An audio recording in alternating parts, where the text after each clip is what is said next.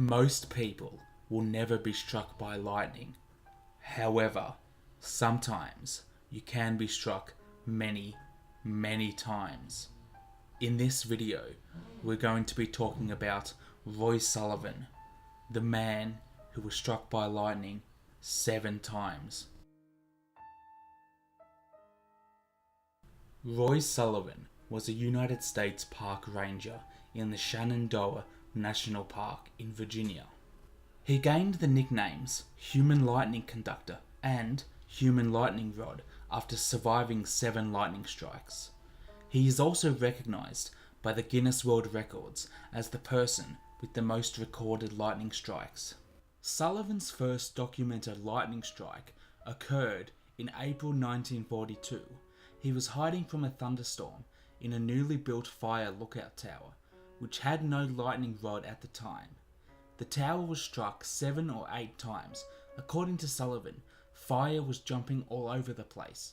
Sullivan ran just a few feet out of the tower, and there he received what he called his worst lightning strike. It left him with half an inch wide burn that went all the way down his leg and left a hole in his shoe. He was hit again in July 1969. Unusually, he was hit while in his truck, driving on a mountain road.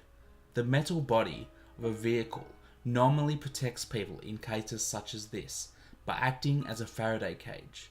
The lightning first hit nearby trees and was deflected into the open window of the truck. The strike knocked Sullivan unconscious and burned off his eyebrows and eyelashes and set his hair on fire. The uncontrolled truck kept moving until it stopped near a cliff edge. In July 1970, Sullivan was struck while in his front yard. The lightning hit a nearby power transformer and from there jumped to his left shoulder, searing it.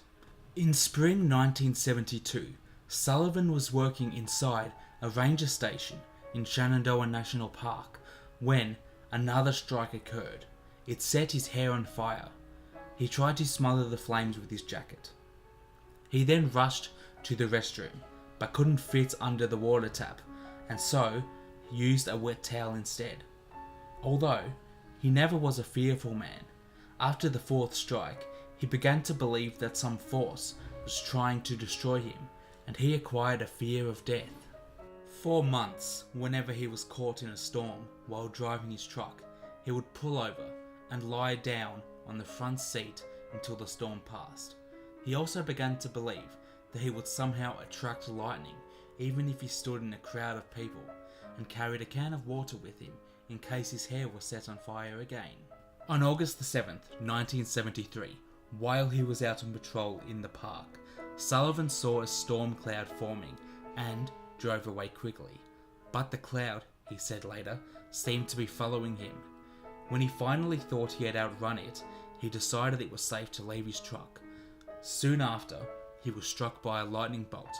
Sullivan stated that he actually saw the bolt that hit him. The lightning moved down his left arm and left leg and knocked off his shoe. It then crossed over to his right leg just below the knee. Still conscious, Sullivan crawled to his truck and poured the can of water, which he always kept there, over his head, which was on fire. The next strike, on June the 5th, 1976, injured his ankle. It was reported that he saw a cloud, thought that it was following him, and tried to run away, but was struck anyway.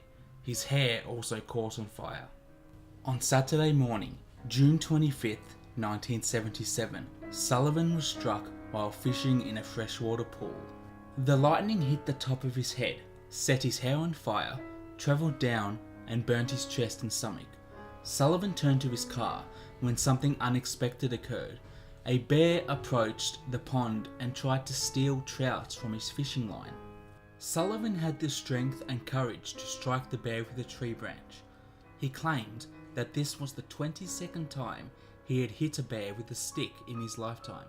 Sullivan was avoided by people in his later life because they feared being struck themselves, which upset him.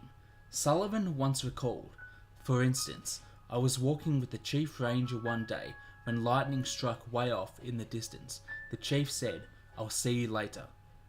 On the morning of September 28th, 1983, Sullivan committed suicide.